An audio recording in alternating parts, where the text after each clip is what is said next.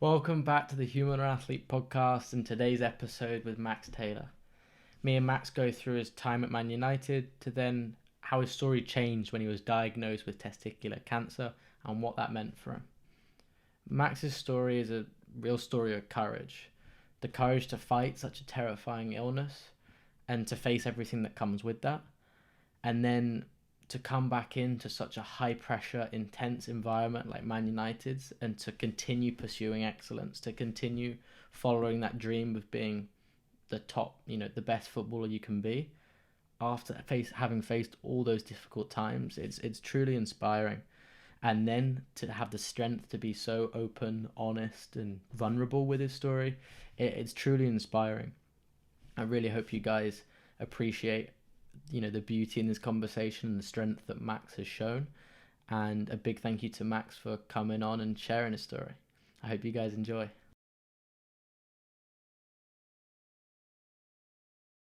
Welcome to Human or Athlete, Max. Thanks for coming on. Thanks for having me.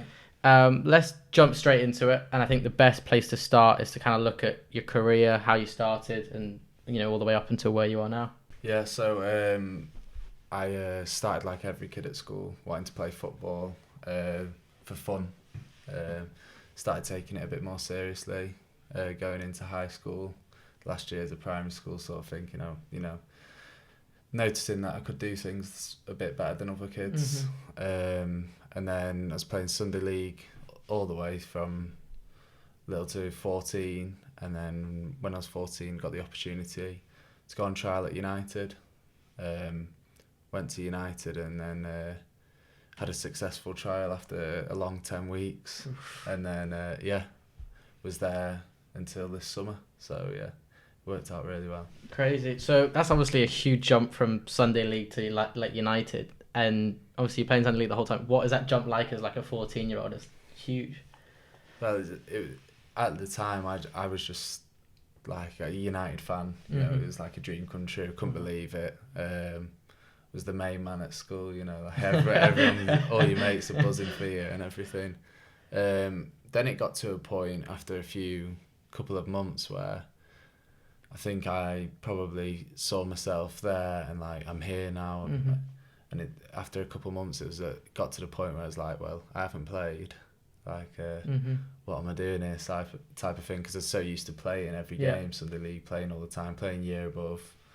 And then I had the realisation of, you got signed, but that doesn't mean anything.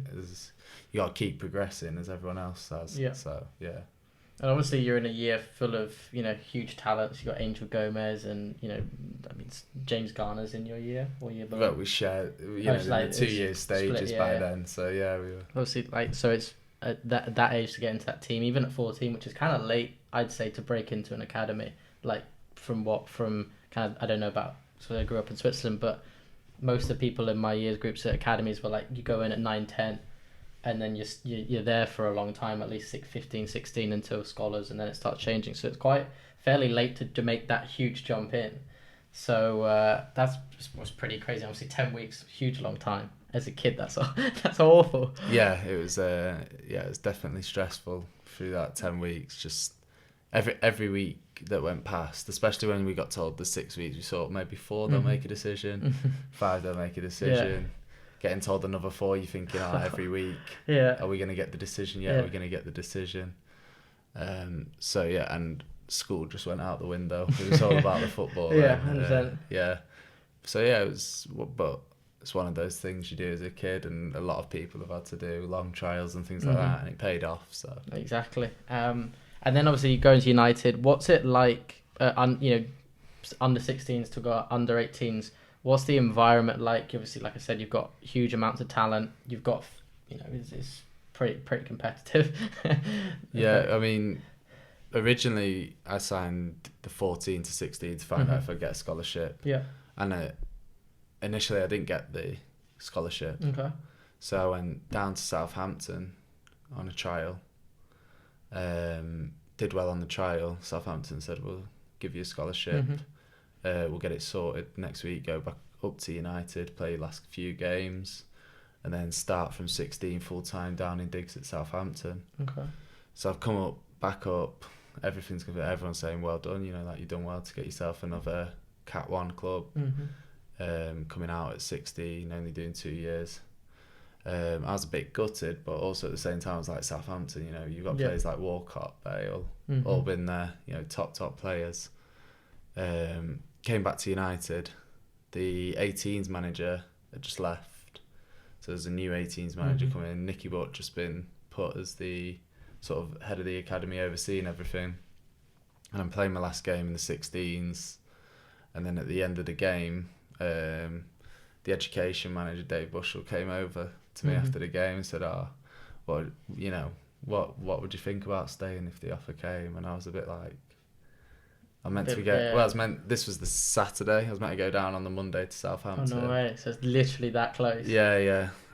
So Monday I was meant to go down to Southampton, sign all the papers, get everything sorted. Nicky Butt called my mum, and then I was just like, well, I'm going to stay in Manchester. That's my favourite club. You know? Being exactly. A fan, you're not going to turn it down.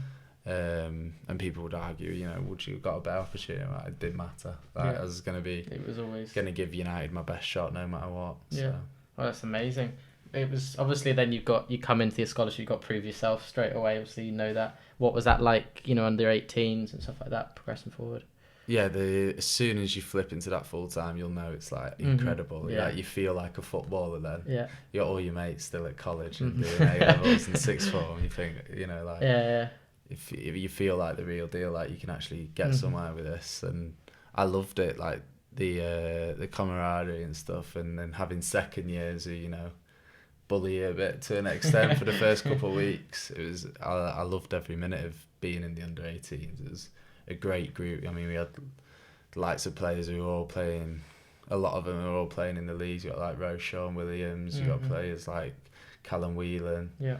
Who now we're all taking different paths, and it's good to see we had a top team and things like that. Yeah, 100%. Did you have much like interaction with the first team and stuff like that, or was that like more 23s and? Yeah, when you're 18s, you get the odd time where half the time you're at college, and because if the 23s had played a game or whatever, they'd be off, and then you'd be in college and they'd be well, there's no one to train with the first team, they need training after a game, you know, the players who haven't played, and you'd be like, how am I gonna go? Yeah. And then I remember the first time going up and like training with them as a group, I was just like, I don't think I trained very well because I was just more engrossed in everything that was happening. You know, when you see players, like I remember the first time I saw Rooney up close, and I was like, you know, it's a person you've watched on TV, but then once you get into playing football, and so you realise it's just a normal bloke playing football. So it's crazy. What's the environment like at that level? Now you're full time 18s, 23s.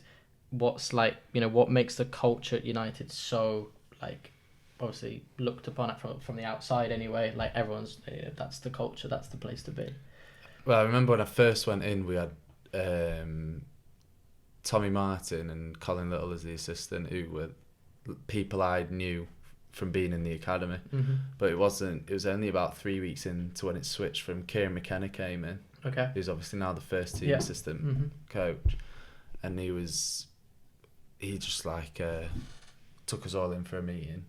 So this is our ethos, these are our principles, this is our identity as a team, and it was like, oh, this is like proper. This is gonna be good. And I remember like the things he drilled into us, like work ethic, doing bits off the pitch, doing your own individual stuff. I do think it's the hardest I've ever trained. Yeah, like for those 2 years. But it was brilliant. Like he used to have us doing team bonding, different places and things like that. But we got to the point as a team, especially when I became a second year, I think I could see it better. Yeah. We really got to the point as a team, no one was there to let each other down. And playing or being out of the team, it didn't matter too much because everyone was needed. And it really gave a sense of what you get when you go into first team football, I suppose. So, yeah. I mean, I think at that age, to create that culture and that environment's pretty special, because at 16, 17, obviously, you know, everyone's growing up and figuring out who they are for themselves. and it's about, obviously in that process, about who you are, like you're about yourself, isn't it? Not in like a, you can obviously do get the few arrogant people, but it's you figuring out who you are to then, obviously that's who you're focused on. So to create that at under 18s level is huge when everybody so wants to make that next step in there. So that must have been good, and I relate to that because obviously I had Warren. Warren Joyce. Did you have much of him when you were there? I didn't have him as my coach, but he was still there when I went in as a scholar for a few months before he went to Wigan. Yeah. And he brought me on against City as a striker when I was 16. No way. Like, I think someone went down, and I remember someone saying to me, "Mate, warm up the whole game, you'll get on. Like, if there's any opportunity, just keep warming up, Joyce will put you on." Yeah. So I was like, "Oh, right, okay, I keep running then." So I was on the side. I must have been on the sidelines for about 25 minutes, running up and down, like trying to get going. And then he called me on, and he just went to me, "Just run like mad, win every ball you can. And if someone's there to be smashed, smash him." And I got a yellow card in 40 seconds. That's the most Warren speech I've ever heard. And I remember the lads in that team, like Brahim Diaz was playing. Oh yeah. And I remember going on, because I went to St. Bede's with all the City lads. Yeah. And I was like the only one of our age on this pitch. And I remember looking in the stands, and there was like Phil was there, like Phil Foden, Ty Campbell, all the lads I went to school with, and then Sancho. And like you look there and you're thinking, these aren't even playing. And I'm on, I'm on up front, not even my position. No, but it was just like he knew he was giving me that as like, when I look back now, he knew, as a taster, like to really push.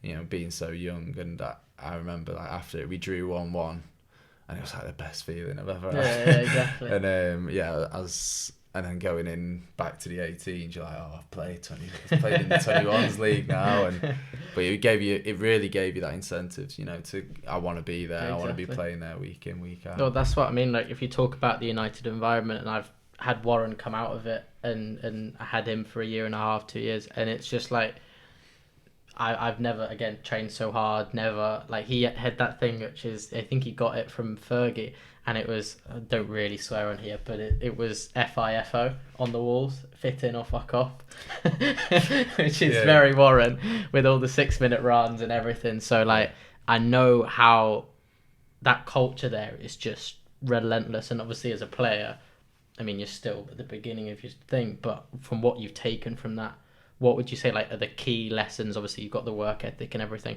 The key lessons you've learned from that time there, that, for example, players, you go into Rochdale or whatever at this level, so you spend a bit of time, don't have, that you've learned there. Yeah, well, I mean, it's not, like, necessarily what they won't have, but it varies from player to player, like, you know.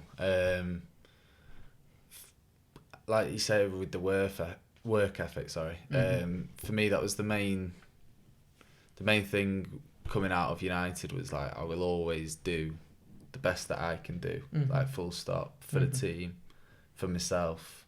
Always do my individual bits, because I know that's what's going to take me further. In terms of, you learn that much there. My main takeaway would be that it's the work ethic. You've got to work harder than anyone else. You've got to out. I always remember, before every game, nearly every coach I had says you outwork, you outrun, you outfight, and you outplay.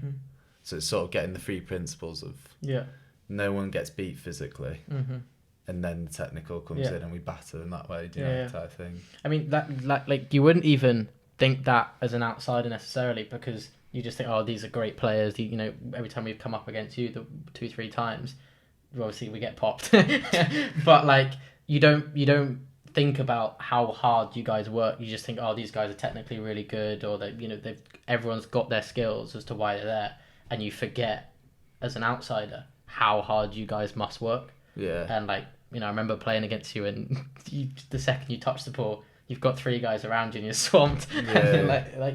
But it is that foundational thing that you do forget about when you've got guys who have this talent as well. Yeah. I mean, I think now, like, the era of Joycey and a few of the staff that were in that era are leaving a bit. Yeah. It's left a bit, and it's changing.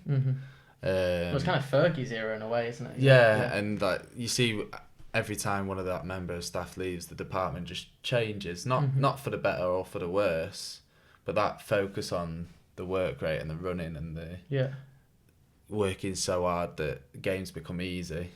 It is that side's faded out. Yeah. But whether it's going to be better for the technical side or whatever, I'm not a person to say whether that's for the better or Would you worse. say that's the main change in that transit, like in those people leaving and like new people coming in, that it's not as focused on that? Yeah, I think obviously you get players now as well that are getting bought in from abroad. There's more of that happening more often.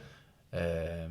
More opportunities being given to the players who have been bought in for money because they've paid for them. Exactly. As simple as that. They've paid for them. They're going to get opportunities.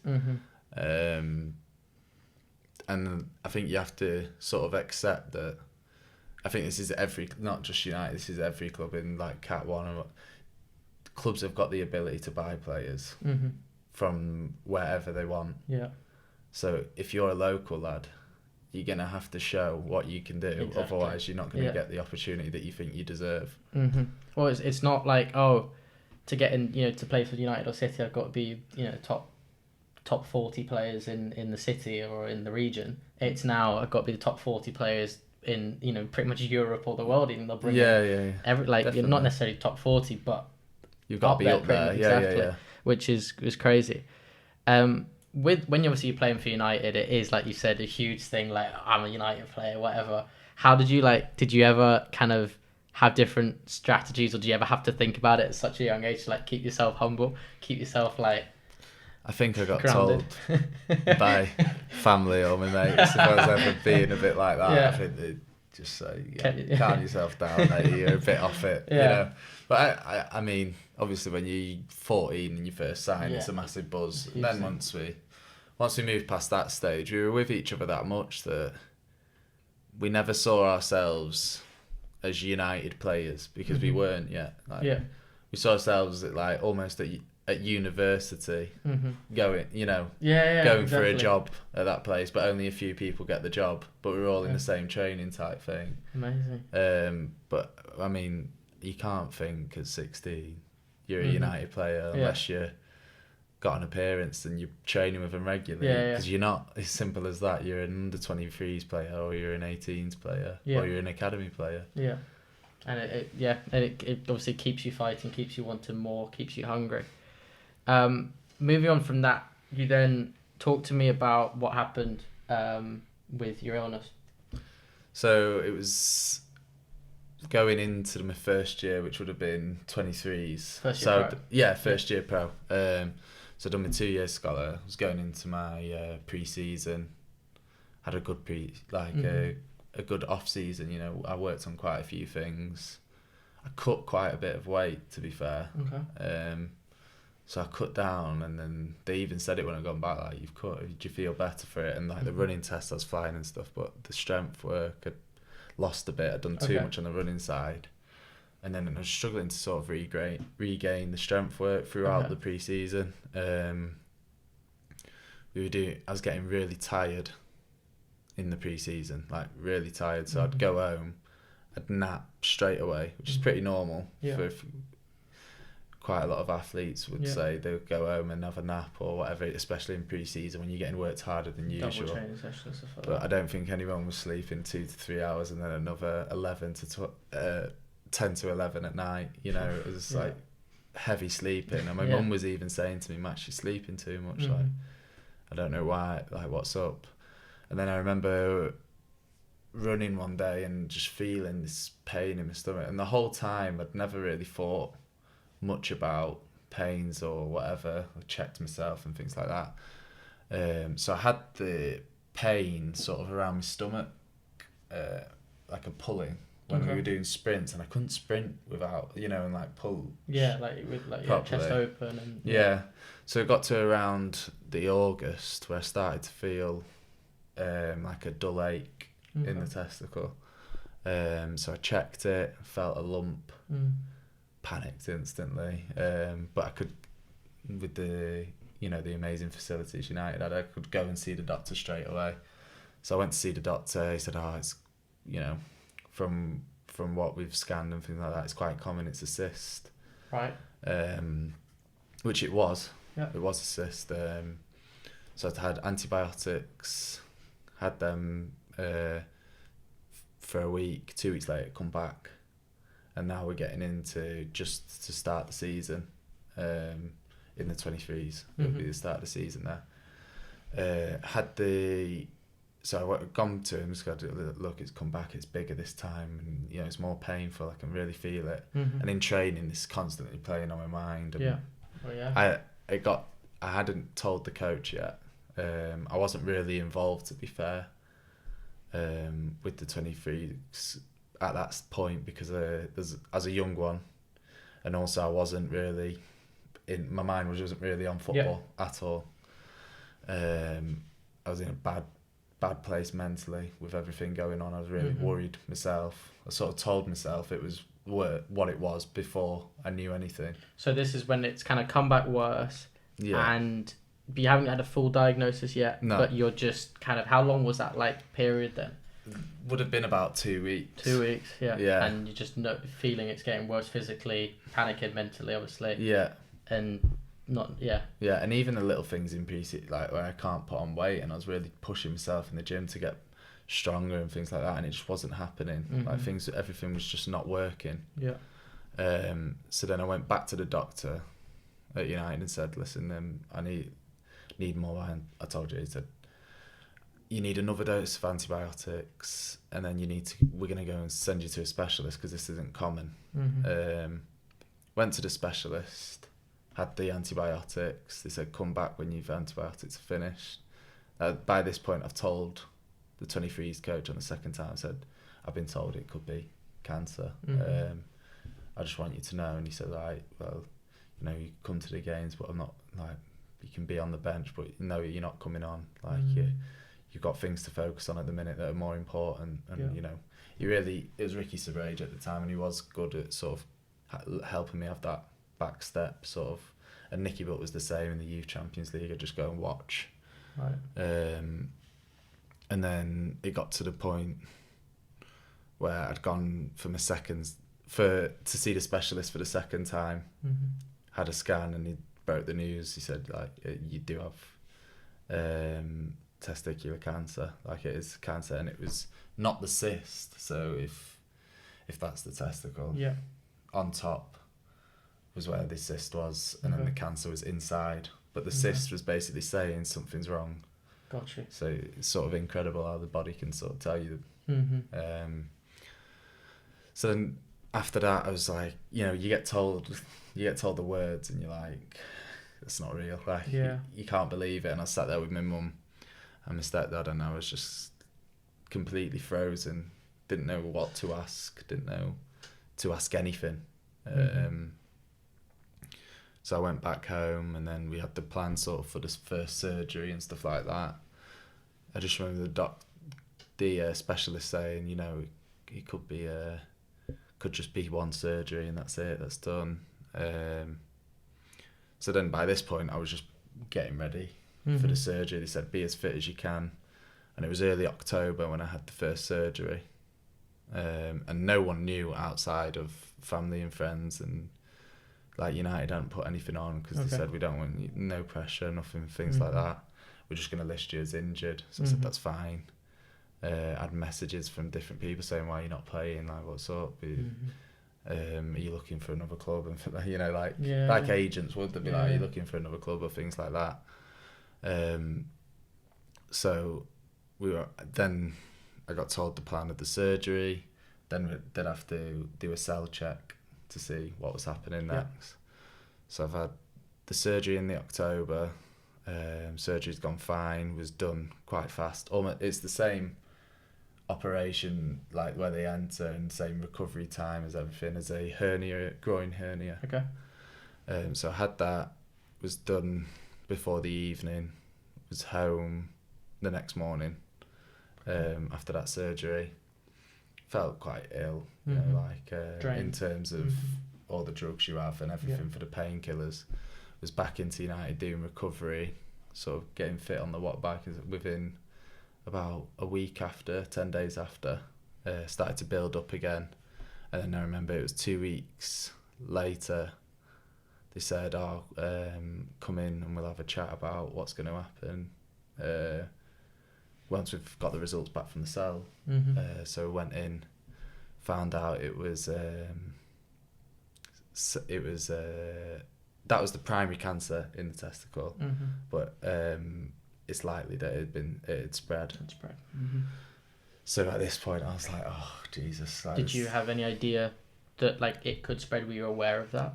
Yeah, but you're also clueless. Like if you say to someone who has no relation or things like that to cancer, you've got, it's spread. You think, well, where? You know, I didn't have a clue where it could go or how fast or how dangerous it was to spread. Yep. And I remember we'd gone to. So at this point, I'd gone to the Christie for a CT scan now, and I was in Portugal after my CT scan because United had just said, like, you know, go on holiday, have a break. So I'd gone to Portugal with my girlfriend, and I remember being in Portugal and he called me, the specialist, to tell me the results of the CT scan and said it spread through your lymph nodes. You've got swollen lymph nodes on your left-hand side, and there's a bit on your lungs. So at that point I was just sort of like frozen, didn't know what to do. Very nervous, but also I was like just having a break. So I'd come to the point where I'd accepted what happened, but not accepted this is going to be a long time. In terms of like the consequences and the what comes with this. Yeah. So I'd accepted it happened, but not everything that came with it. So then I remember we were home about 2 or 3 days later, I think it was. And I remember getting home. My mum was obviously like, I don't know why you went away. Should have had your family near you and things like that. And I said, Mum, I wasn't going to get away.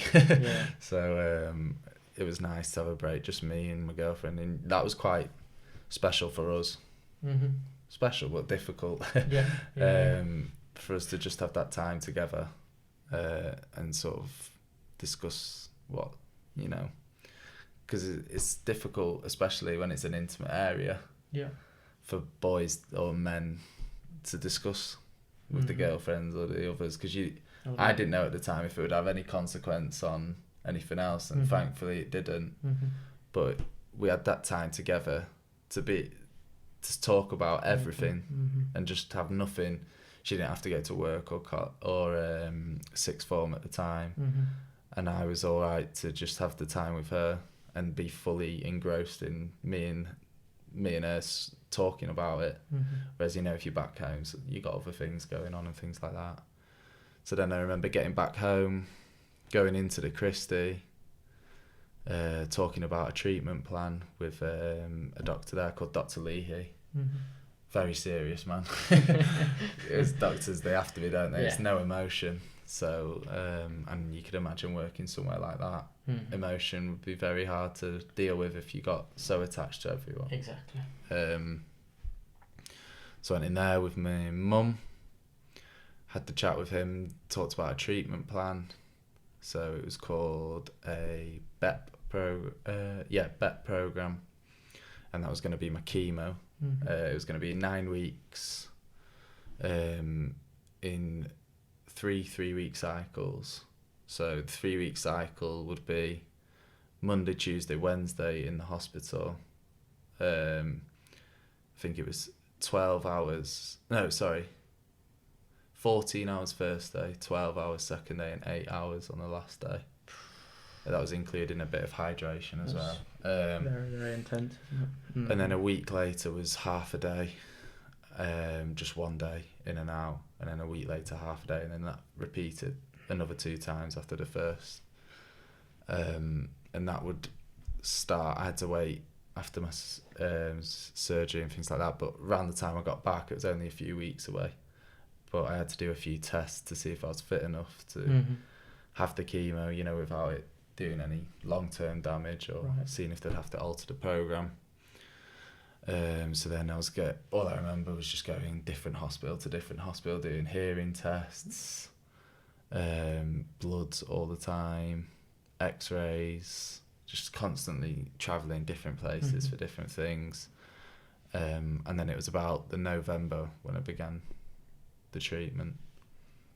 And so obviously you're going, if we go back a little bit as well, and we look at kind of, obviously that's your physical journey and that's your diagnosed journey and whatnot. Look at where you were mentally at in those different points. So you already said in pre-season, with the cyst, that's when you knew it was a cyst, that you were already struggling then because, just out of, explain that. Yeah, explain that for me, and that how that mental journey has come about in that time, alongside obviously hearing what you just said. Yeah, I remember obviously feeling quite in yourself when something's not right, and I remember just feeling just fearing for the worst quite a lot. And I think it's to be said for quite a few things. I think when people have issues with the body physically or mentally or stuff going on at home, that realising how it affects your performance is obviously, people think it's quite an obvious thing, but if you're a coach or you're someone who's looking from the outside in, you don't know what's going on. And you look at what happened with Jesse Lingard, the prime example, and he's opened up about it afterwards. The stuff that people were saying, no one loses the talent like that. It's not. It's never just gone. So yeah, for me, at that time, I was just all over the place. Just not it. If I was speaking to you at that time, I pick up on a few sentences what you're saying, but I'm thinking about 5 other things. Anything but present. Yeah, just completely not present or in the zone at the time. So yeah, it's a tough one, and I think a lot of people have an experience like that in life, whether it be with something going on at home, something going on with themselves, and unless you've been through it, it's quite hard to see. I know it might happen to people a few times, Yeah, I mean, I think there's something that was said, which is you once you know your own darkness, you can see that in other people, and you can obviously help other people with their own. And so it's you only truly come to understand what other people are going through when you have to go through it yourself. What's I always find interesting is everyone has different types of trauma, if we use that word, whether it be physical or childhood or whatever, and everyone deals with it differently. But it takes you to a place that once you've been there, you kind of understand it to an extent. And so then, like you said, people don't really know it unless you have gone through that sort of stuff, and it's very difficult to understand if you haven't been to that place where it seems like it's not a big thing, or people just the old. I mean, we're moving on from that, luckily, instead of just saying pull yourself together or whatnot. It's luckily we're going a lot. Obviously, we're moving on from that, but even the recent ones like that, and you look at the I've forgotten his name, which is silly. The player who's retired from football and killed himself, which was awful. Yeah, it was awful because obviously had loads of problems and was struggling to get a new team, and sadly committed suicide. So in football as well, it's the correlation with that and performance is they're very far from each other. That's what when I don't know about your experiences, and I've had some great coaches that have asked about if you're having whatever, are you okay, whether something was going on or not. And I'd say it's all about people as well, isn't it, than the coach and sent. But it's I think that's something that hopefully is going in the right direction, where they're correlated, and people do ask those questions and they do speak openly about it, and that it is a question mark if something's not right on the pitch, or in any context about moods, whatever, that quickly it's questioned and made aware, or people are aware of it, that it could be something that isn't physical or can be seen with the naked eye. Yeah, exactly. I still remember when I got told, the first person I called my friend like my closest friend. And then I just remember picking up the phone to Kieran McKenna.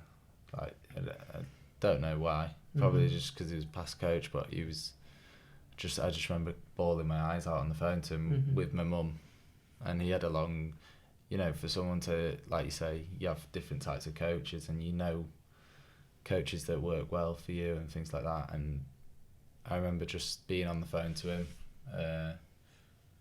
and him having the time to be able to speak to me. And I think he was with his family at the time. He just dropped everything to have the chat. And there's moments like that you don't forget in people. They're almost like father figures, coaches, especially as you're growing up with the pressure that you're facing at this age, and academy players and at big clubs. That the coaches, that if they can have that role, and obviously it depends on the player, but in a father-like role, it's incredibly important. And to listen to that must have been hugely important for you at the time. Yeah, massively. So then, obviously, you're going through the pre-season, and obviously you're all over the place. And then, what's it like, kind of dealing with like the ups and downs of being diagnosed, not being diagnosed, it coming back after the surgery? Where is it like? How do you deal with that roller coaster? And did you deal with it like at that age? But I remember we had a game in pre-season against Northampton away, and I remember I got subbed on, and I had an absolute stinker. And I remember just trying to smash people. The coach didn't know. There was a S&C coach there called Mark Hulls. He knew. I told him personally, just because we were quite close. I was working in the gym a lot, obviously, so just trying to get my strength back. It wasn't happening with that. And I remember being like in the change room, getting a bit of a grilling. And I just thought, you don't have a clue, what's happening, mate. And to be fair, I'd been in there not even 2 months. Coaches you don't have that relationship with a coach straight away. It's something that gets built up, trust gets built up. So half of me wanted to say, you should ask how someone it, but at the same time, we didn't have a relationship. So that was quite tough in terms of not telling someone because you didn't know definitely. And I didn't want to be the person to go, I might be seriously ill, or I've got a cyst that's gone in 2 weeks of antibiotics. I was in a bit of a predicament on that. And I remember after that game, I knew we were going into League, you weren't going to play me. And I sort of got to the point where I was going to go, right, I'm just going to do my individual bits and do my gym, and then all the running and stuff after the game, I'm just going to do.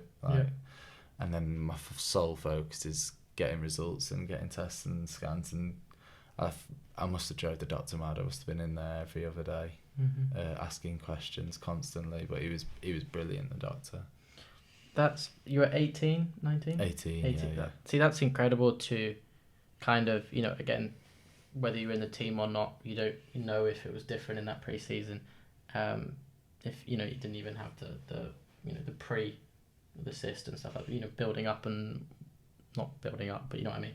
Yeah. And you don't know, obviously, if you'd be in the team then, but to just, okay, this is what I can control. This is what I can do.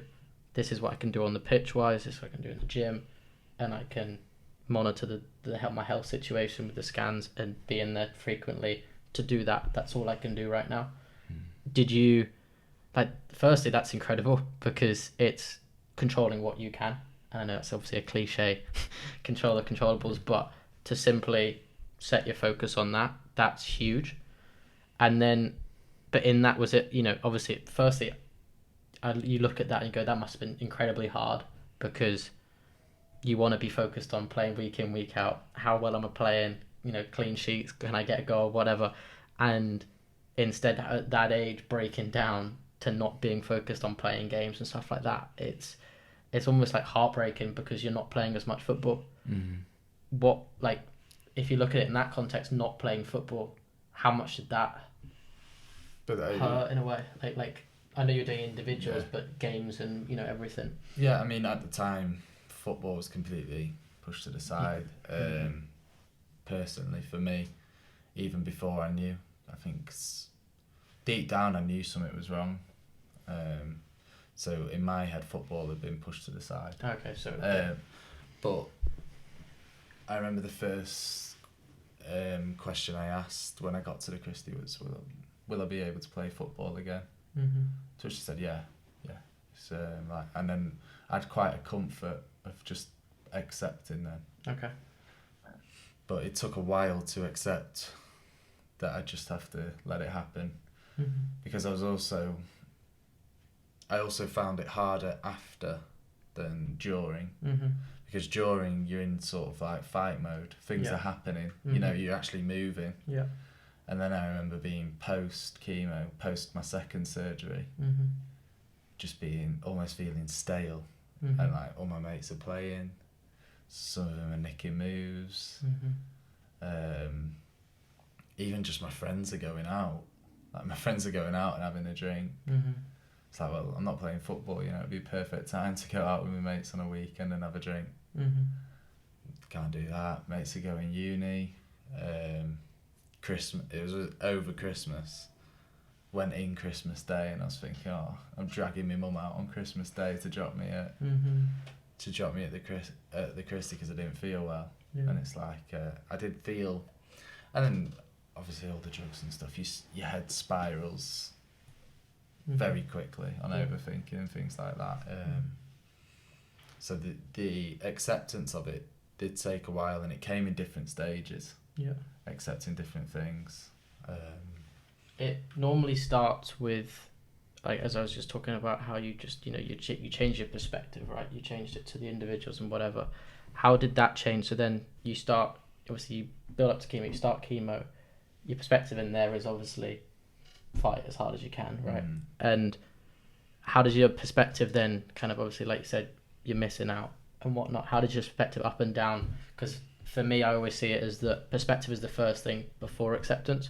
So you obviously got to have the right perspective to see what, you know, to go down that path anyway before you even accept, and find, you know, for me, it's like the humility and the humor before you can, like, get to that place of acceptance. And that's like my, like, there's like an 8-step method, but it's like, that's that one. So how did your perspective change after it, and what process, like, not process like A to B, but what did you see, and how did you choose your perspective? What, at different stages? Oh yeah, post chemo and how it was going with that. How did? Yeah, on the post chemo, I was thinking, right, I'm gonna have 6 weeks now, because you have to have 6 weeks to recover, and then build up to getting back to normal.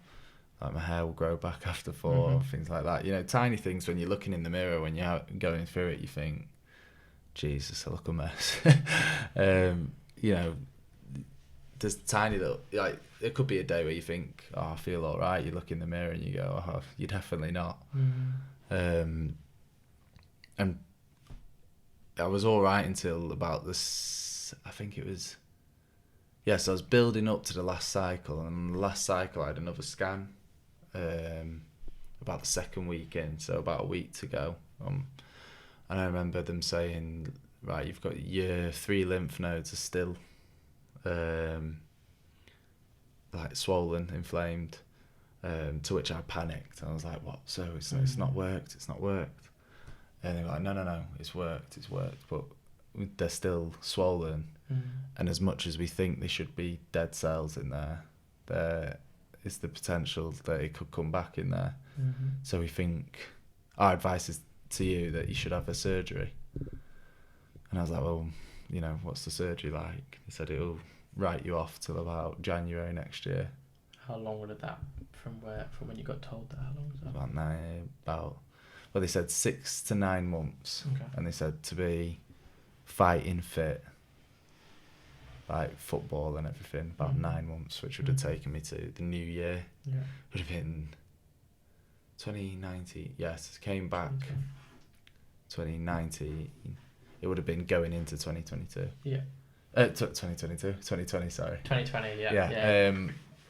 So going into 2020, and bearing in mind I was diagnosed in 2018, it would have felt like an age. So that was a big hit after thinking I'd be able to work my way back up. And then there was another sort of time of acceptance then, where it was like, well, I'm getting doctor's advice. God forbid this happened. It came back. I'd never forgive myself for not taking this now. Where I've been out for so long now, what is the difference going to be? 'Cause I'm still going to have to build my way back up from feeling... I remember I dropped down to about 74 kilos. Where are you at normally? Well, now in full fitness is 87. Okay, well. It's about 13 kilos on the weight. So at the time I was 83. Yeah. So it's still about 9 kilos. Yeah. So it's not feeling good. But then would the surgery make a huge difference? It may have 3 months. But I've not played for that long. What's 3 months? So like you say, my perspective had to change. And now I never heard that. So like for you to say that, it makes sense. Like I had to think to myself to be able to accept it. And then so then I had to go for the surgery after that. And so then how long you get the surgery, and then was it full, I can focus on recovery now? It was, well, the surgery was probably the most dangerous of everything that happened, because it was, so they had to slice through here. Yeah. And then it was 6.5 hours. And they had to cut the lymph nodes, but it was quite dangerous because 2 of them had attached to the aorta. So the main artery. And then I had to do, I think it was about 36 hours in ICU I did. And then another week in the hospital before I could have out. I think I first stood up after 6 days. And then I sort of had to learn to sort of start to go like this, because I was stitched up all the way. I was glued actually, with a few internal stitches and invisible stitches. And then I remember I just had to do that, and I remember just the pain being so bad. And I remember doing my first bit of walking. Obviously all the morphine and everything had hit my head, because I had an epidural as well. Morphine, epidural, codeine, paracetamol, all liquid. All coming through, like neck, back, everything. So I was just out of it. I remember my mates coming to see me, and I remember seeing them faces and falling asleep, but apparently I had a conversation with them. And then I got up, and I just remember walking down about 15 metres, walking back, like knackered. I was like, I'm shattered. Need to go back. Throwing up in the middle of the hallway. Did just like, is that time mentally where you panic and you were panicking, or was there not even enough like energy to panic? Wasn't enough energy. It was just way past it. I mean, it got to the point where, like I said then, where I remember I threw up, and my girlfriend was living with me in the hospital for that week. And I threw up, and she caught it, and we just looked at each other and just started laughing. That's amazing. We just looked at each other and thought, well, look at this state of us.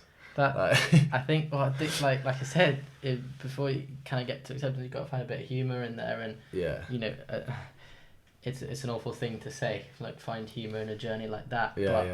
As silly as that, like it's like, you know, as grim as that moment is, to be able to sit there and like have someone like that as well that is there for you, and to share that moment where you just laugh at something that, again, if you zoomed out, it's an awful situation.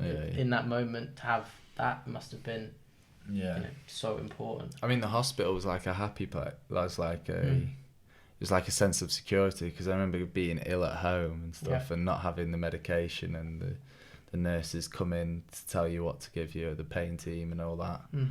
And even like, there's a guy in the Teenage Cancer Trust, and I wasn't in the Teenage Cancer Trust part of the Christie, but he knew of my age, and he came over, and he would sit there for about 3 hours, and obviously I'd be bored. I was sat there with a thing dripping, going through in my veins, and we would just sit there and just talk like absolute bollocks, like just not about anything. And then we'd just start laughing, like making jokes at each other, making jokes with the nurses coming in, and it did get to the point where it was like, this is life for now. And let's make the most of it. There's no point being down about the outside going on. when this is what we're in now. So it's simple as just that. And I had a friend at the same time. He got diagnosed with leukemia the day after me, or the day before. It was a one day either way. And I mean, when we were in there, we'd go down and we'd just look at each other and just start laughing, because we were just like, this is just stupid. This. But yeah, I think, like you say, you have to find humour in things. And I've got amazing people in my life who've spent time in hospitals and things like that who I could learn from and speak to. And obviously there's down days, there's days where I was bored my eyes out, didn't want to be there, wanted to quit the whole thing. But you go through stages of that, and the drugs won't be helping either, will they? So exactly. It's true. Yeah, it's amazing. And I think, you compare like those downs and those ups, and regardless, it's like an experience. And like you said, you went there and you said, for the best you can, you tried to be there and do it, survive, live the life you're there while you're there and all those things. And that's incredible, and that's admirable. And thank you. To to do that, and we talk about at the start when you said you're not present, to try and be present when you can, that and find that the humour's being present, all these different things, the perspective, the acceptance, those are all attributes of accepting it, being present with it. This is what I've got, this is what I'm going to do. It's pretty incredible how obviously your relationship. So then you have the second surgery and you learn to walk, obviously not learn to walk, but you get back walking again. How does that then process come about as you find your feet? Yeah, I remember I went back into Carrington and I hadn't met Solskjaer yet. So you'd been appointed. I was with Mourinho. Yeah. And then I remember still, I didn't mention that when diagnosed, how good the club were, everyone in and around the club once I finally got told. And I just remember walking into the gym and Mourinho coming behind me, like putting his arm around me and saying, how are you? How are you feeling? You're going to be fine, don't worry. We're all here for you. I hope your family are okay. Things like that. It's, from someone like Mourinho, you're like that. Whoa. He was amazing. Staff were amazing. Everyone from the cleaners to people on security, every single person in that building was took the time out to say something, even if they didn't know what to say. They acknowledged that I was going to be struggling for a bit or whatever, and that it was an amazing. When I left, I thought, this is where I want to be when I come back. And I've been here. At the time, it would have been 4 years, and everyone here, I have a connection with, and it was quite like a magical thing, leaving the place and thinking I'm going to come back in a year or whatever and be completely different. I remember the first day coming back in, going into Ollie's office, and then obviously Kieran was up there already with Mourinho. Kieran took me in, introduced me to everyone, you're going to come out and watch training. Went out, watched training with the doc and things like that. And it was just, people, you look at Man United, people would be like, I don't know, they would never think things like that happen, but it is a very, very much like everyone knows everyone. It's still close-knit and real family. Yeah. That's incredible. And again, we talked about you calling up the coach and him having some words for you, Mourinho's or whatever. They're so important, and for people to do that, and it, again, you think it's a small thing. For you, obviously, it's huge. Yeah. Exactly. So then you're on recovery, and you come back. What's it like then coming back after? How long had it been since you'd left with Mourinho? You'd come back. How long had it been? I dipped in a couple of times when no one knew. Okay. Because I didn't really want to be seen. Yeah. Because I had no hair. I was white as anything. Can I pause you there? What was it, and we'll get to more of the recovery after, what was it like from having that foundation of, yourself, your family, school, everyone knows you, healthy, fit, strong footballer, to then physically, being a shadow of what you can be when you know that you Yeah, run out. it was tough to be fair. To be fair, I didn't want to be seen. Mm-hmm. I just wanted to go through it myself. I wanted my close friends and my close family. I look back now and think, why? But at the time, that's what... I did struggle with the way I looked and the things, you know, like, obviously you lose all your muscle, you lose your stature and your posture and things like that. They do just go because you're bedbound and you're not doing anything. I did struggle with it a fair bit.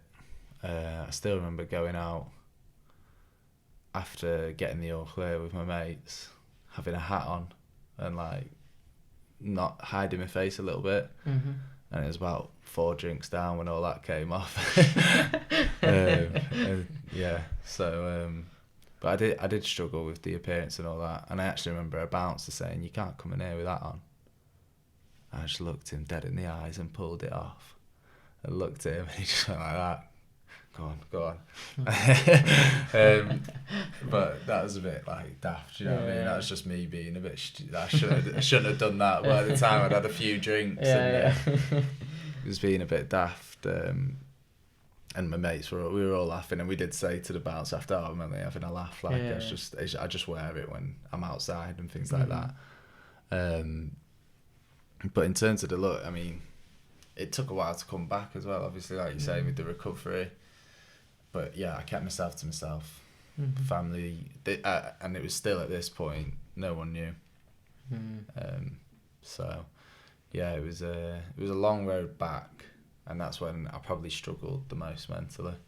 That, with the physical thing, that probably sounds really, really difficult, because I know, for example, if I can't even relate to it or compare in any real way apart from the smallest thing of being injured in comparison, and not being able to walk or whatever, you feel completely like you've lost your foundation.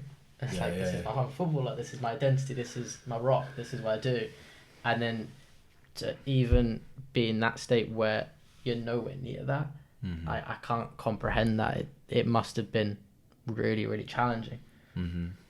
So then recovery wise, as you're building back up, like you said, it's probably one of the most difficult times. Talk to me. Yeah, I mean, I went back, would have been around May, just before May. So just before sort of they're ending the season type thing. So I've gone away. Oh no, I hadn't gone away yet. I'd gone back, and I was doing literally the smallest things, such as like lying on your back, squeeze your stomach, let it go. You know, tiny little rehabs, and you're thinking, I'm not getting anywhere with this. And you see the lads go out for training and things like that. Slowly built up to quite a good point. It was quite fast, really, because by the July, when everyone's coming back in for season, they said, "Go a break, you're going to be running when you come back." So I was like, oh my God, it's moving a lot quicker from when the doctors say, it's going to be January by the time you get back. Obviously running wasn't going to be running. Yeah. It was going to be actually getting a jog rather than walking everywhere. So then I went away, came back, and this was all sort of like I said with the treatment, I was doing something. So time was moving. So everything, I was like absolutely elated at this point. Like things are moving, I'm going forward. Every week I was like, what am I doing next week? Like, what's the progression going to be? But I wasn't dealing with what had just happened. So there was bits when I would just snap at home with my family. There's times I'd just break down on the pitch, like with one-on-one with a physio. There's quite a few times where I should have noticed maybe a bit earlier that I needed to speak to someone about the process of what had just happened. But if you'd looked out, I always thought like, why would I need it now? Like, I've done it now, I'm through it. There's actually a lot that I'd buried in my head type thing. So yeah, well, like you said, in that time when you're getting through it and you're fighting the battle, you've not got enough energy to even to think about it, to whatever. And then once you come out afterwards, is like you said, you're getting the momentum and you're doing things and you're doing and doing and doing. And so that kind of becomes this huge momentum and going forward that way, kind of like this huge distraction. Yeah. And when you said, do you think that, for example, when you're not at that point, when you're kind of hiding your physical things and you're keeping yourself to yourself, at that point it's almost like, do you think it's kind of like a denial of like, this is actually, I'm not, and you just wait until you can get through it and then come back and everyone's like, oh, Max is back? Yeah, I think to an extent I didn't want to be seen until I was back, like you say. Yeah, there was times when I thought like, can do something new now. Like, why would I want to? When I was coming back to the football, I was debating whether it was going to be football that I wanted to do. And then I just remember going back in and being like, why the hell was I thinking that? But I definitely got to the stage a few times where I was thinking, this isn't like is all this football like identity, like you say, that I had previously, is this all just false? You know what I mean? Like, and to an extent it was. Like, I've come out of it now very different to how I was 16, 17. Like I was saying with that thing with the bouncer, I think if I saw someone do that now, I'd be like, oh, you dick, what are you doing? Type thing. But I think you just live and you learn, don't you? You move on from different things, and different things teach you different lessons. Yeah.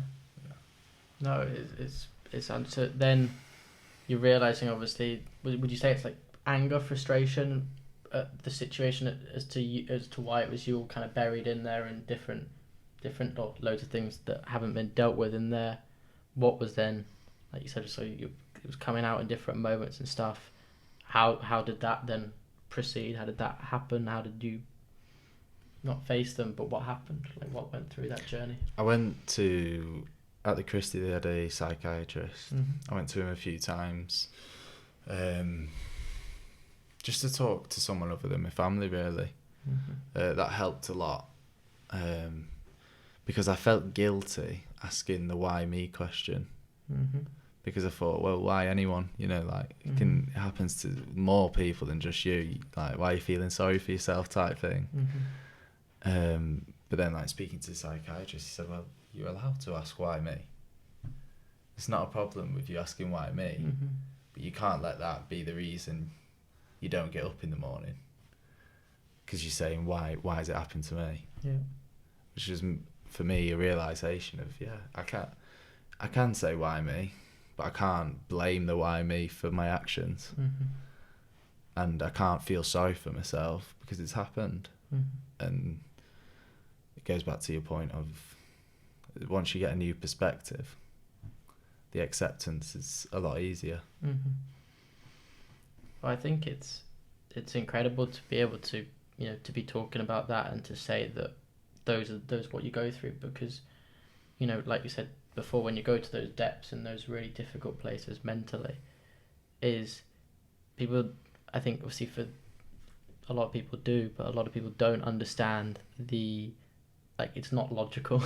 No. It's not based off 1 + 1 is 2, and people say, oh,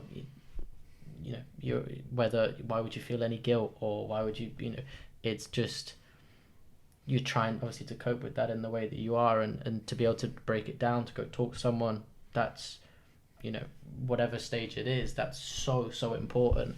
And would you say that's probably, that was a huge step forward? Massive step. I mean, like I said before, I was getting to the point where I was breaking down with my mum, snapping at her, my girlfriend the same, all the people closest to me I kept having problems with when there wasn't problems. It was my internal problems that I was just using to be angry at them, or snap.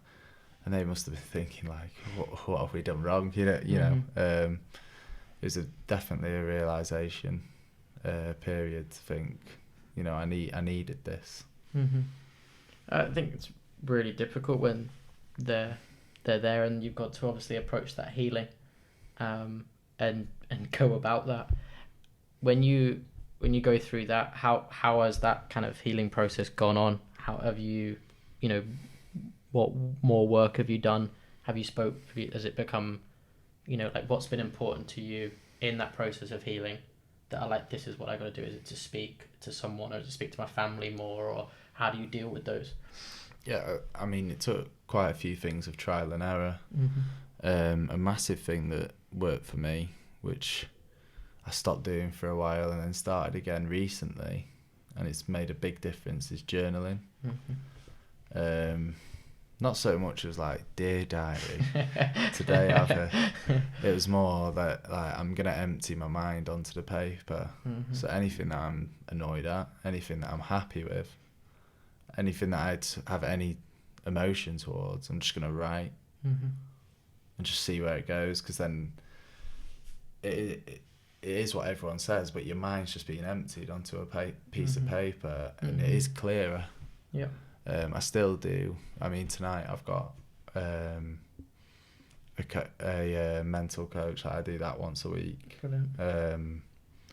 That's a mixture of everything from sports to, I think it's not talked about enough in the football world, that everyone needs tailored care to different things, because we live in a time where everything's a lot quicker.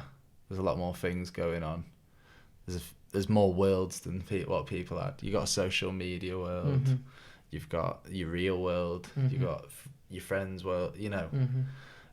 Times are so different. We need that personal care. It can't be like a psychiatrist who does 100 players across the age groups. It's got to be he speaks with him to empty his mind and discuss things. If things aren't happening for him on the pitch, you don't just... Yeah, you tell him he's not done it right, but then there's also got to be someone to ask, is something happening? Mm-hmm.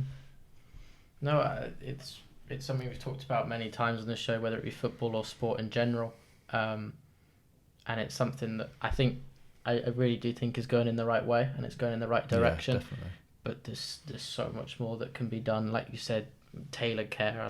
I love that, and I think that's so important. But it is just it's understanding that, again, what you can't see with the naked eye, there's a lot more to behind the scenes in in the people's minds and whatever, and understanding how we're seen as footballers, and you look at it from the press point, you look at it as a fan point, or even as a coach, is you forget sometimes, with just as the point of the podcast, ironically, we're all human, we're all people, and we all want the same things. We all want to do well, we want to be acknowledged, we want to be loved, whatever it may be, but we're all going to have these different coping mechanisms to what we've gone through, whether it be the overthinking, the anxiety, the depression, or some people have they haven't gone through trauma in the same way, or they have, and it's just the naive avoidance and denial of anything, and whatever it may be, however people are treated, understanding how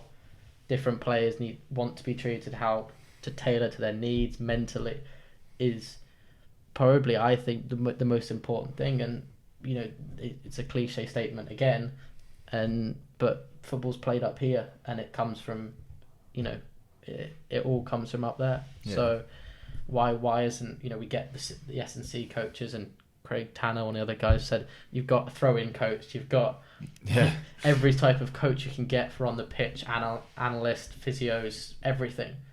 But why do we have maybe one psychologist per team, like you said, for hundreds of the age groups? And this is at the top level. Mm-hmm. You're not getting that specific one, people being looked after, when for me it's the most important thing. Yeah, and don't get me wrong, I'm all for like a bit of a mental test, like throwing in that extra run, and they're saying, no, you just got to do it. Mm-hmm. I'm all for that. Yeah. But I think people don't realise that's not what we're saying needs to go. What we're saying needs to go is give them that, tell them that, and then do all that. But if you see something that looks, you might think is attitude or things like that, just ask the question. It may be attitude, but ask the questions, That's what I mean. It's the assumption that the mental health stuff or whatever is vulnerability, or that it's something, and it's, for me, it's the people who who will go the furthest. Like again, Warren, my first day in at Salford, who can hold the plank the longest, and everybody lined up, and you have to hold it. And he just said, "I will stand here until you are dropped." And he like, so he'd make jokes. Whoever stays longest gets the contract, or whatever. Yeah. But like, I knew, for example, I know a few of them now quite well, and the 2 or 3, 4 that were in that top 5 that lasted 10, 12 minutes on that plank until we were like shaking, are the ones that actually, weirdly enough, have been in dark mental health places themselves. And so you might say that's vulnerability, but I then you think about that in situations, and obviously you'll know them as well, is that because they've gone to that place, the strength, the courage, all the different things they've learnt there can be applied when you want to make that extra one, when you want to do the work, because there's a reason you've gone there and you've learned something. Yeah, 100%. And if you're back there at that level or whatever context, for me, that's why it's the opposite of a vulnerability, because it's a strength. It's a strength, exactly, and it's like, again, pain is your superpower. Mm-hmm. And like you'll appreciate that there's this line, and I always love dropping in these one-liners in it. But it said my kryptonite doubles as my superpower doubles as my kryptonite, and it's basically by like a rapper. I think too much to sleep at night, but that's what makes me rip the mic. Yeah. And it's all about his anxiety. And whatever context you say, it is so true. Mm-hmm. And so why it's seen as weak or vulnerable, it baffles me. Yeah. It's like the combating the suffering for a later development, isn't it? Yeah, exactly. So where are we at in your journey now?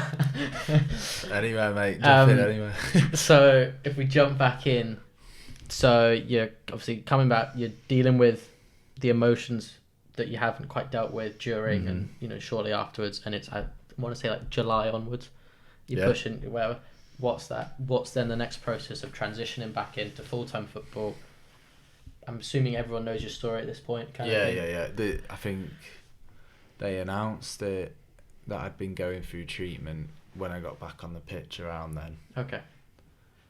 I couldn't tell you when they did it. I remember when they did the announcement back to training. That was the one that went big. Was that what was that like for you? Well, we'd done like a big talk of like leading up to it on what we were going to do, interview wise and things like that. So I said, realistically, I want it in-house, like should just come from United. They said, well, we've got like BBC, and I said, well, are they the United ones? Like, do you know them well? Because I want people they've got an amazing media department at United, like amazing in terms of whatever you want to do, they'll do it to suit your needs. So I said it was quite a personal thing. I don't want to meet someone for the first time, not know anything about him, you not know anything about him, and then talk to him about this. So we agreed that we'd do the United one, do the interview with Joe Thompson, who reached out to me a lot during what happened, and Simon Stone from the BBC, and Simon Peach, who does like, I think it's, I can't remember, PA, Press Association, so it goes out to a few. And like before we did the interviews and stuff, spoke to him, things like that, and said like, really nice. And funnily enough, I keep in touch with the pair of them today. It was quite like, it was a really nice thing, to be able to share and open up completely. Because to me, that was opening up to my friends as well, that I weren't close with. Yeah. And also some friends that knew me well, but I hadn't told them about the journey. This was opening to everyone. This is like opening a book on these 2 pages of what's just happened this last few months. So it was a big thing for me to do with people that I trust and things like that. I remember it coming out and that exploding on like my phone and stuff like that. I didn't really know what to deal with that, because I'd been on my phone, things like that, so much in bed in hospital. I got to the point where I was almost on my phone too much outside. So that took a while to develop, like coming back to reality, like like we're saying, being present in the moment. That took a while to happen. But you've ingrained in your coping mechanisms at the time. So like, Yeah. Again, obviously you got to go through another transition when there's not, like, obviously in hospital you're on full coping mechanism like mode, like how do I get through this? Exactly. And then obviously, but if you're aware that that was the process, then it will change. Yeah. So that was really good. Coming back to all that, and I remember the same week, I remember speaking to the doctor, and he's saying, listen, you come back a bit earlier than expected, it's a good thing. So this is about the October now. It's almost a year since my first surgery. And then I played in the September, but the interviews and all that were the October, I think. Might not be definitely. And then I remember the day of my interview, getting called up to the first team. Well, loads of us did, to go to a Europa League, get on the bench for the Europa League, and that was just like, oh my god, like everything's happening at once. Had you played us by this point before? Yeah, we played. Cause your first game back was against. My first game back. Yeah, I remember that one. But so then you get called up to the first team, and obviously I remember seeing that myself. That's when I saw it, and that's obviously because it was probably out of like reasons just that like I'd played against you guys the week before, and then all of you were on the bench, and I was like, what? And then like obviously you were headlining that with obviously your story, so it was. I remember seeing that at the time as well. Yeah, gutted I didn't get on. You've accepted everything else, but that one night. I accepted that, mate, don't worry. What was going back to the interview and obviously opening up, because obviously that week, was that a huge like kind of weight off your shoulders? Yeah, massive. Yeah. And were you in a place that was like, do you think at that point, obviously like you said, it's around about before that time where you're learning there's a lot more healing and a lot more work internally that come, regardless of recovering physically, there's a lot more mental work and healing work to do. How were you in terms of acceptance when you were having that? And so I was quite accepting of it being an ongoing process. Okay. Because I had a fair bit in school of counselling and all that, so I knew the process of going through, a bit of, this is going to take time, it's not a quick fix, but it also gives you that relaxation of, I've started. It's on the, I'm on my way type thing. I'm still on my way now, and I guarantee in 5 years I'll probably be saying, I'm not just there yet, I'm still going, it's an ongoing evolution type thing. So well, that's, I don't, there's no way to put it better for me really, is the understanding that there is no, like, you never will, I'd say you never will be there, and neither will I, neither with everyone else who goes through their own stuff. It's like not in a like pessimistic way, but it's never ending. You're always going to carry this stuff with you for the rest of your life, and then it comes back to perspective and how do you want to see it. But so then obviously you get called up to the squad, and you're back playing again pretty much. Back playing. So but at the time, whether I was at the level that I needed to be was questionable. I was so solely based on fitness and things like that. It still takes a while to get into the groove of playing again and things like that. So I took a youth loan type thing where you play. I was still training full time at United, playing games when they needed me, but also playing for Stalybridge Celtic. And I remember going there, and that was in the January when I went to there. And I remember just saying to the manager, just thanks for taking me on. Like, this is massive for me, just to be playing games. A bit of a crowd. Parents able to come and have a drink, and it was just nice. It was like going back to how you used to play football on a men's team scale. Do you know what I mean? Like a better than a Sunday league, obviously, but it's going back to the reason you fell in love with football type thing. So And were you kind of looking at the big picture then as well? Like, I'm back playing here. I'm back. Yeah, Was but that there, or was still like? yeah, no, there was always like there was I'm back playing. Will I get to that level again? You know, will I get there? Have I missed too long? But there was always something saying to me like, "You'll get there. Don't worry. Like, just relax. You'll get there." There's always something saying that. It's like they say with the two on the shoulders, exactly. isn't it? There's one doubting you and one saying to keep pushing forward. No, it's amazing, and again, like to say, okay, I'm gonna keep doing this, and again, just go and play. It's remarkable, and it's choosing the right voice, and it's sticking like, this is what I believe in. This is what I'm gonna go and do, and it must have been, I'd say, pretty incredible. Yeah, and then it was the March when COVID hit. Yeah, exactly. So I only had about 2 and a bit months of playing, and then COVID hit. Of playing at Staley Bridge. How are you in COVID? I thought, this is my catch-up time. Yeah. I thought I'm gonna catch you all up now. Amazing. I remember having a chat with Mark Hulse, who'd been amazing the whole time, like incredible. The S&C coach at United. It was when I say unbelievable, everything mentally. You could just go and speak to him whenever. He was on the phone whenever.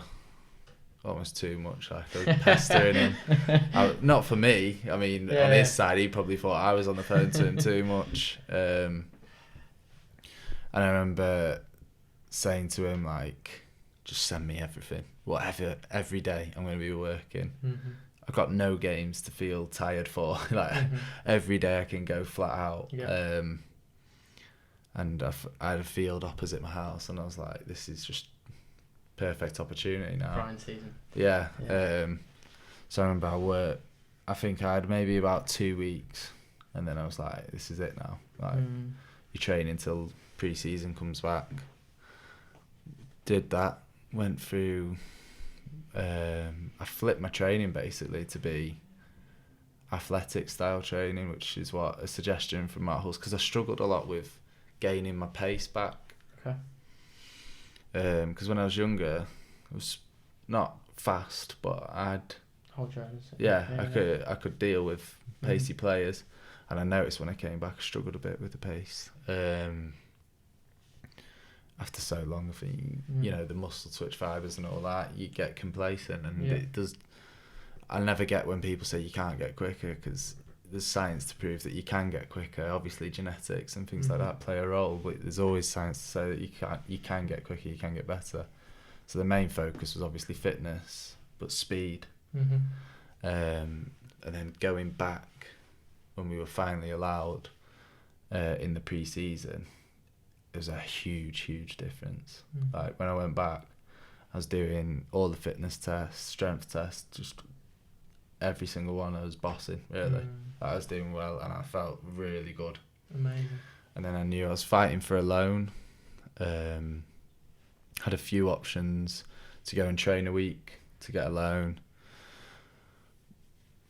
Took MK Dons out of the options, went down, didn't work out, came back up. The other few options had sorted themselves out, and I was like, oh no, not another season without progressing in 23s, because I hadn't been playing in the 23s pre-season because I was going on loan type thing. So I was doing games for other clubs, and then the call came in from Kidderminster, and literally the same day Kidderminster called, I agreed to go. Went down the day after, stayed in the house, played my first pre-season game, their last, against Stockport County. At the end of that, that wasn't even a trial. I'd signed, and then played in Stockport game, and was just like, this is it now. Like, get your head focused for this season. It's going to be here. Play as many games as you can. It's good level. It's like the last level we didn't know at the time that would be open for, when it was elite sports when they went. So just put everything into it. get going, you can get spotted here. There's a lot of stories of players going up. Reece Williams had been there the season before, my position. Suddenly he was playing in the Premier League and Champions League. And the manager and the assistant manager there were brilliant. They were like, right, we need you, we want you to play. Went on we lost the first game, I remember, in the cup. Then we lost the league game straight after, and I'm thinking, oh my God, like this is a bad start here. We got a red in the first league game, lost 2-1 to Chester. Then for the next 8 games, we went unbeaten. Brilliant. And then we're sort of saying to each other, you know, like, got to push it. This is a big opportunity for us. Got to the season there started late, so it started in the October. So by the time it was Christmas, we'd only played about 12 games in the league. Yeah, I played about 9 of them, so I was doing all right. I think it was 2 games after that, I had COVID, so I was out. When I came back, I was only going to be on the bench. I came back training on the Thursday after 2 weeks off. Yeah. Got on the bench against Gloucester City. Gloucester City game finish. Manager gets COVID. Another 2 weeks. Come back. 2 week suspension for the league. Debating over because they're not getting tested and things like that. They need to pay for the testing and all that. Clubs financially struggling. No fans. Tough year at that level. 6 week, and then it was, so including the 2 week suspension, we were training the whole time. 4 weeks later of that, so that's 6 weeks in total, we'd had all our games cancelled because teams were refusing to play. Season cancelled. And then I'm thinking, mate, I've only had about 11 games, including cup games, to show myself to people. That ain't enough to show yourself to teams. Good move, we knew, I'd almost like I had an agreement with United basically that this is my last season when I signed that season, unless the manager's opinion changes. And we were both happy with that because I was like, I'm 21, I need to play football. So then I've go back to the 23s. They're in need of a centre back, luckily, because usually they're pushing you through, and understandably. You know, you got a 21-year-old coming back from a loan. It's not their fault to play me. But at the same time, they needed a centre-back at that point. So played quite a few games there. Went trialling at different clubs, like, went to Salford for a bit. Trialled with Portsmouth, trialled with Wigan. All of those. Few we'll speak to you soon. We'll speak to you in the summer. Finances being sorted. Managers changing. Like at Portsmouth, I was there when Kenny Jackett was there. A week later, after they played during the cup, he was gone. A few different situations, finances, Wigan, Salford just didn't work out, just wasn't meant to be. Got to the summer and I was thinking, like, I said my goodbyes to United. That was an emotional day. Exciting but very emotional, like it was quite sad. And then the summer came and I was thinking, right, I need to find a club now. Had the opportunity to go to Slovenia, to a club called Maribor there. They're in the Conference League this season, so it's an opportunity for European football. So I've gone out there. This is the week before July, so a week before English pre-season starts. Told him, listen, I've not done anything for 6 weeks. We finished in May. And then I've gone out there 4 weeks into their pre-season after having only 2 weeks off because they have a winter break, not a summer break. And I'm thinking, gee, like, these lads are going to be fit. Got there, played in the, trained with him a few times, thought, gee, Max, you're a bit leggy here, like you're struggling a bit. Played a game for him, did alright. Trained with him again, had one of a stinker of a session, like one absolute stinker. We'd done legs and a session the day before with a bit of running. And we had 1v1s and 2v2s the next day. and my feet were not moving. So I had an absolute stinker of a session, and I thought, oh no, what is going on? Played in a game, played a 90 the Friday after that. That was about the Tuesday or something. I was in a hotel there just by myself. Bit of a strange place to go by yourself for the first time. 100%. Not surprisingly, being the lazy English we are, not many of them speak English, like I should be complaining. Played in the game, scored a goal, found out, got quite close to one of the lads there, went out for dinner with him after. He was from Holland. Went out for dinner, and as I went out for dinner, they got a text, found out I wasn't signing. Was like, right, I need to get back fast, because now it's about second week of pre-season. I've been there for 10 days. So second week of pre-season here, I'm like, I need to get back fast now. Didn't have any options on the table other than Maribor, because we thought it sounded likely, and my agent said, listen, I thought you were going there. Didn't work out. Came back. They wanted to get me on a flight 2 days later, so I just said, like, I'm going home. So I got back to the hotel about 11 o'clock. I booked my flight for 6 o'clock in the morning. The airport was 2 hours away. I stayed up, packed, got a cab at 2 in the morning. Didn't sleep. Got to the airport for 2 hours before check-in. Checked in, got on the plane, got a plane straight to Frankfurt. I was in Manchester at 10 in the morning. Got straight out of there. Straight out of there, straight home. Then I had to do isolation here. So that was 5 days with the 2 tests. Then as soon as that happened, I needed to sort of like try and find another club. Nothing was really happening. And then my agent called me and said, listen, you've got a couple options here. So I was like, oh, brilliant. So decided on an option there. Then I got a call from Joe Thompson. He said, listen, mate, we're looking for a centre-back at Rochdale. Well, he's not there, so he wouldn't have said we. But he said, Rochdale have asked me if I know any centre-backs that are free agents or whatever that we could get in to have a look at. And I was like, that is the perfect opportunity for me to go, near home, know a couple of people there. Well, my agent knew a couple of people there. And I can go, like, instantly, can go tomorrow and start.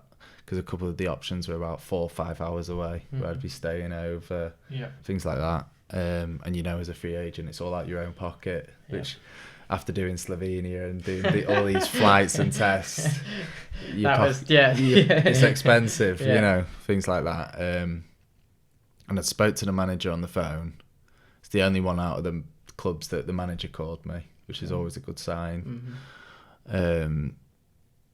So I said, right, let's go for that. Next day I went in, played 2 games on trial there. 1 game against Rotherham, we got a 2-2 draw.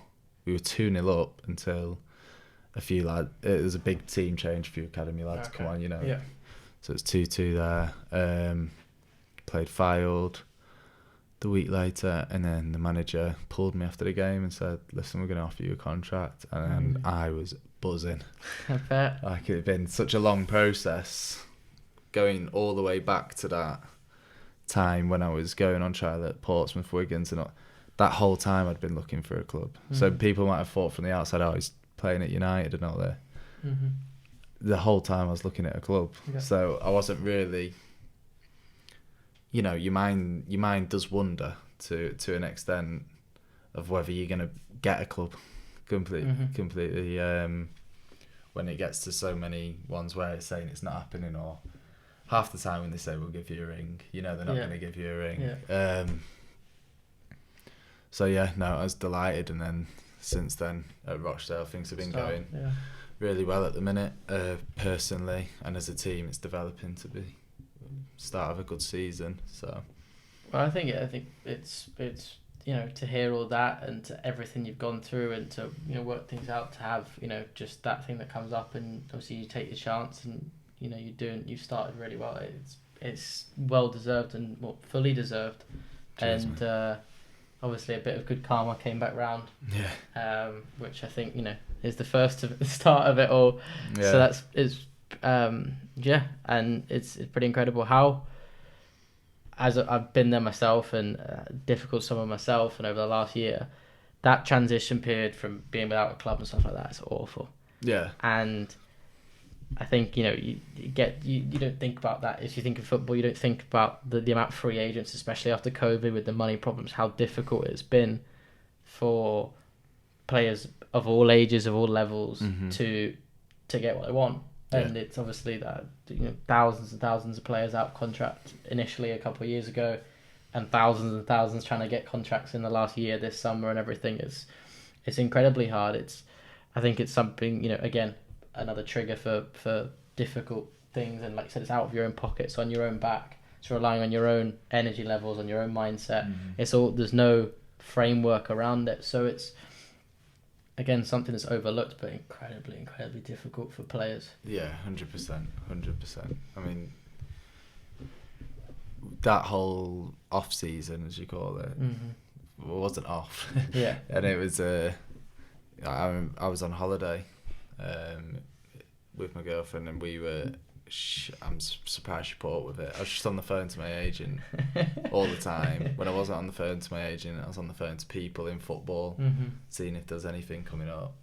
When I wasn't there, I was training with a guy we had out there, things like that. And there is a lot, but at the end of the day, we play football for a living. Yeah. It's pretty fucking easy. In terms of when you look at it from the outside, we do just kick a football around and run after. I mean, I'd take the stress rather than sitting in a 9-to-5 office, Any day. It's you're right about that. If we look at everything we've just talked about for the last however long, and really get an idea of it, it's a pretty incredible story. And if you look back at it all from the how incredible the United environment and family has been from throughout, especially during cancer, how obviously your girlfriend and your mum you've mentioned as well, how important they've been, how football's played a part, how you've gone through the physical changes, the mental battles. How do you see it all? How do you look, but where are you at now looking back at the cancer and the people around you and what you've gone through? To be fair, I don't try and look back at it too much. I mean, this is the first time I've opened up in this detail for quite a while. Obviously, you go to a new team and you have people ask about it and things like that. But now, really, I'm just looking forward, to be honest. Not in terms of denial of anything or anything like that.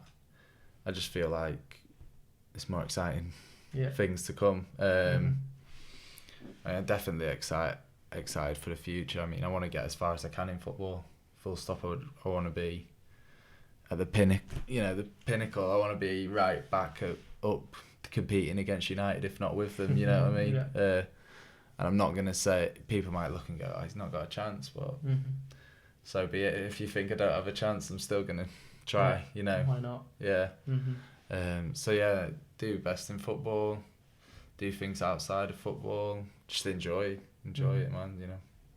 Yeah, it's incredible. Would you? So I was talking about my perspective, or whatever. After acceptance, you kind of go through forgiveness, gratitude, compassion, and generosity. Obviously, you've got to a point where you've really looked back and accepted. Would you say you forgive yourself for the whole why me and that kind of thing? Yeah. And then progressing forward, there's a famous quote that says that it's always a difficult question, but I think it's important to always ask. And for people who are in those times right now, the quote goes, it's when you look back in retrospect, the years of suffering were the most beautiful. Would you say you agree with that? Yeah, I would say in terms of the development I've had in that time and the relationships that I've built, it's almost like pure clarity. Not pure, still a few murky bits, but it's getting to that point. I look back and talk to you now, and more memories crop up, and I think that was a beautiful time. like you say, in suffering, it was beautiful. Yeah. You know. But like it's something that again, it seems, oh, like why would you be grateful for this and for that? But like you said, the relationships and who you've become because of it, that's who you are now, and they're the people that you have around you and the environment and the things that have all happened because of suffering in a weird way. Yeah. But that's, you come out the other side and this is who you are because of it in a way.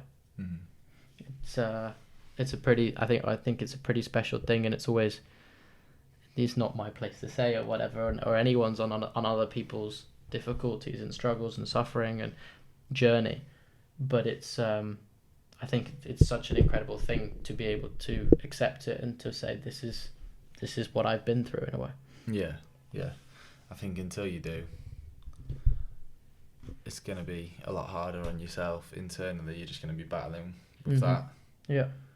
Once it's open, you're just open. Mm-hmm. It's pretty. It sounds ridiculous, but once it's out there, it's out there. Yeah. If it's inside, you're constantly battling to keep that inside, rather than just going, that's it. Just this is what's happened. That's it. What would you say are the most, as a person, as you say, like your development? What would the biggest takeaways you had from everything? Gratitude. Not even in terms of just the health and the happiness, but just for the people around, and the little things actually matter a lot more than the big things that you get told matter. You know. The little things aren't really little things, are they? No. They just seem it because we aren't told it's amazing. Exactly. I would say my character development's complete. There's no way I would have sat down and been able to have this conversation with you at the age of 17, 16. I mean, I know you develop and you mature anyways, with age anyway, but I think I had a lot of time to think on how I'd been with people, whether I'd been the best, and in school and things like that, and with family and just people in general. Like, why be anything other than kind?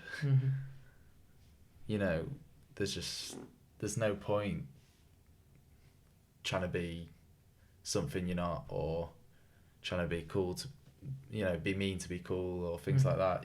Just be you, be kind, and be accepting of others, not either wanting to be friends or whatever, not wanting to be friends, wanting to do what they want to do, just be accepting of it. And who is this Max now that I'm talking to? I think just quite a normal person, pretty chilled. Just like most 21-year-olds, but I'm a bit driven on what I want to do, and can sit down and have a chat with you. But I've got quite high ambitions of what I want to do. Off the pitch, I know we've spoken a couple of times about stuff. What do you do off the pitch? Like, obviously, I know from the little conversations we had that there's you're not just solely getting all your dopamine and enjoyment off the pitch. Oh, no. On the pitch, sorry. Yeah. What else do you have interest and stuff like that makes you more than just a footballer? Yeah. Well, I eat mostly plant-based and things like that. So in terms of trying different foods from different things, we spoke earlier about trying different foods around Manchester. It's an incredible place to go eat and try different things. I like the reading at night. I mean, I'm not at your level yet, but I'll get there one day. I don't know what you're on about. With the cameras stacked on the books. They don't know that. Yeah. And then I like walking. I love water. I love every time I'm on holiday. I love going out on a boat, going swimming, paddling, wakeboarding, things like that. But I don't want to get too excited with that stuff because that'll take me away from the football. I'm only messing. It's just a fine balance of being like, I enjoy these things, I love these things, and just balancing it out, because at the end of the day, there's no arguing. I might try and lie to myself, but I do love football the most. And it's simple as that. And I'm still little boy United fan because I could tell when Ronaldo signed this week. That's like, I'm getting my shirt. What number he's gonna get? Googling every 2 seconds what number he's gonna be, and things like that. So I've already like checked through my schedule. When can I go to a game? Things like that. Still football that is number one for me, but I obviously have a life outside, time with family, walking the dogs, things like that. Yeah, definitely. And yeah, it was like, again, it's important to have that. I think that's another thing that gets overlooked in this world that we live in, which is like bam, bam, bam, you've got to be doing this, you've got to be doing that, and obviously you do, but I think that there is a certain balance and awareness to it all that you can say like, this is great, but to do this 100% flat out all the time, I've got to have other things that I enjoy, that are healthy, that are good for me, that, you know, I'm not in love with the idea of, you know, the footballer that comes back every single day and sleeps, watches Netflix, eats whatever they want, and just goes on their phone and Instagram the whole time. I don't think, I think maybe it's a romanticized idea, but the footballer that goes and does different things, and it isn't just limited, because there is that identity that people follow and whatever. And I think it's got to come from you. Simple as that. I think for me recently, I've found more of an obsession towards the football than I have in the last few years, because I've fallen more in love with it when I fell out of love a bit. When you go through stages of that as a player where you want to be 100% or you don't, and things like that. But I think I'm back in the zone because of like the healing and things like that, and the talking about it, of previous traumas and things, what I've gone through the last few years. I've started to have that clarity and vision of what I want to do, and that obsession with the football has come back. You know, playing 23s football and things like that, you get when it seems stale and you're not progressing, and you're seeing people progress over you, of course you fall out of love with it a bit. You know, you start to think, well, I'm just going to be doing this forever, things like that. But now I can see movement. I'm falling back in love with it. Not that I ever fell out, but just more in love. And that I want to be there, and I want to be obsessed with it. I want to be the best I can be at my craft. But it's got to come from within. I couldn't have anyone else tell me that. It's got to come from the person, and if that person is never going to be like that, they're never going to be like that.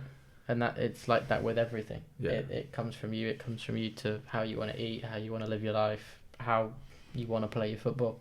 And again, if it comes from anywhere else, then you've got to, obviously, I think it's important to have a good look at yourself, obviously, in the most compassionate way possible. Well, it's been absolutely incredible talking to you. Thank you for sharing your story. At the end of every episode, we ask one question, which is, what makes you more than a footballer? What makes you human? What makes you Max? Still like fish and chips like everyone else. That could be the best answer. I think if you sat down and spoke to me, you'd think I was just someone you met in school or something like that. I think and that's something I've seen with other people who I've idolised. You can still idolise them. Like, I'll always go back to Rooney. First time I met him, he just went, "You're right, mate," and it's like, oh, he's normal. He's not a robot. Do you know what I mean? It's you play football because you love it and you enjoy it, and it's something that will pay you. And I think if people had the option to get paid for other passions, they'd all take it.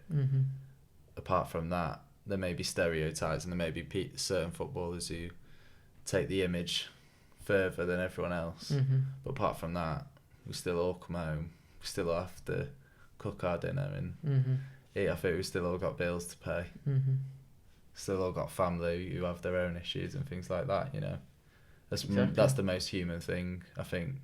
We still all got problems in our lives that aren't shown on the pitch. Like people's problems aren't shown at work. And I think in a way as well, I think about this, and I think about the opportunity we have to remind people as well in having you on, is that, for example, you know, you look at testicular cancer and remind people to check up, obviously for the guys out there, and that just because you're an ironic superhuman, athletes are looked at these incredible athletes, and you're fit and healthy, that you can have physical problems and mental health issues just like that, just like everybody else. And obviously you're incredibly lucky to have an incredible support from United and stuff like that, and an incredible environment. But it can happen to anyone, and it's a reminder for everyone, I think, as well. Yeah, definitely. And a huge credit for you, to you for being yourself, and obviously coming out, sharing this, and being so open over the last couple of years or year and a half. It's like from everything I've seen, everything you've done today, you've shown yourself in incredible humility, total respect, and thank you for being so open and honest. It's like, again, for a story of a footballer, it's pretty incredible. So thank you for coming on. No worries. Thanks, mate. Thank you. Brilliant.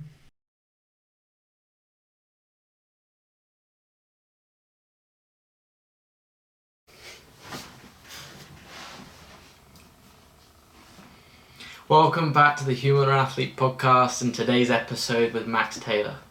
Me and Max go through his time at Man United to then how his story changed when he was diagnosed with testicular cancer and what that meant for him.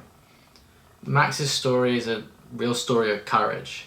The courage to fight such a terrifying illness and to face everything that comes with that. And then to come back into such a high pressure, intense environment like Man United's, and to continue pursuing excellence, to continue following that dream of being the top, the best footballer you can be. After having faced all those difficult times, it's truly inspiring. And then to have the strength to be so open, honest, and vulnerable with his story, it's truly inspiring. I really hope you guys appreciate the beauty in this conversation and the strength that Max has shown. And a big thank you to Max for coming on and sharing his story. I hope you guys enjoy.